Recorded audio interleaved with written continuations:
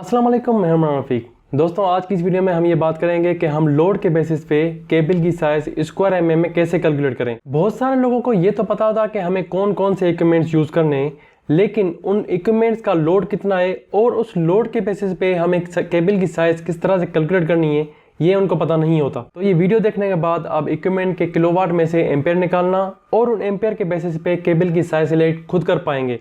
तो वीडियो को एंड तक जरूर देखिएगा। अगर आपने चैनल को सब्सक्राइब नहीं किया तो चैनल को सब्सक्राइब भी जरूर कर दीजिएगा। तो दोस्तों, वीडियो को शुरू करने से पहले आपको ये पता होना चाहिए कि हम केबल की साइज सिलेक्शन क्यों करते हैं। ये क्यों इंपॉर्टेंट है कि हम केबल की साइज सिलेक्शन लोड के बेसिस पे करें। मान लीजिए आपका जो लोड है वो है 5 एम्पेयर का और आपने जो केबल सिलेक्ट की है वो है 3 एम्पेयर की और आपकी जो केबल की लेंथ है वो है 100 मीटर्स।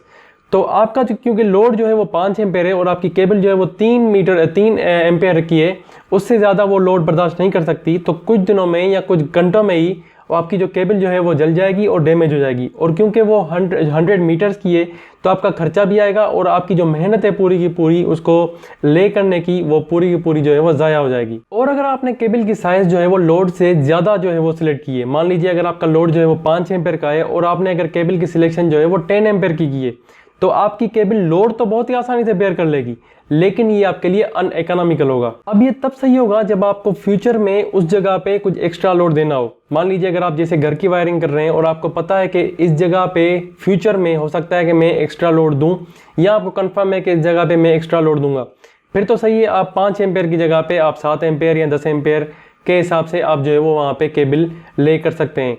लेकिन ये भी तब पॉसिबल है जब आपको पता हो कि वहाँ पे आपको कितना लोड देना है और उस लोड के हिसाब से किस तरह से आपको केबल की सिलेक्शन करनी है।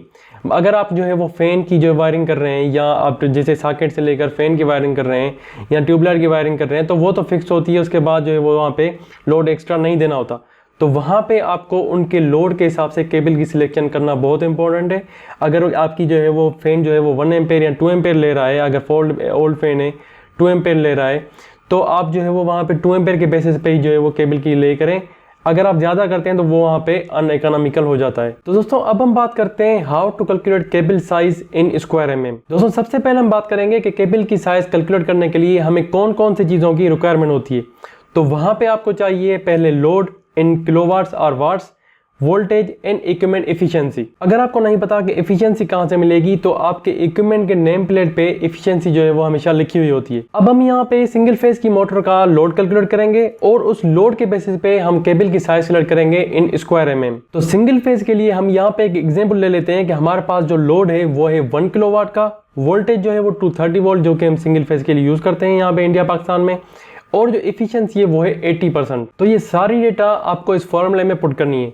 फॉर्मूला है P = V × I × cos theta × efficiency. अभी रिक्वायर्ड डेटा जो है हम फॉर्मूले में पुट करेंगे, मतलब 1000 = 230 × I × cos थीटा। अब cos थीटा जो है वो आपको इक्विपमेंट के या मोटर के नेम प्लेट में मिल जाएगी। हम इस केस में जो है वो 0.8 ले लेते हैं और आपको इनको मल्टीप्लाई करना पड़ेगा एफिशिएंसी से, जो कि 80% है, मतलब यानी कि 0.8। तो हमारा जो आंसर आएगा वो आएगा 6.79। अब इस रिजल्ट में हम वोल्टेज ड्रॉप भी ऐड करेंगे। दोस्तों, ये बहुत ही इंपॉर्टेंट है, आपको ये चीज़ याद करनी पड़ेगी कि पावर के फार्मूले में यहाँ पे आपको एफिशिएंसी और वोल्टेज ड्रॉप भी ऐड करनी पड़ती है, क्योंकि वोल्टेज ड्रॉप होती है केबल में, जो कि इंपॉर्टेंट है कैलकुलेट करना, और केबल की साइज सिलेक्शन में इसका भी इंपॉर्टेंट रोल है।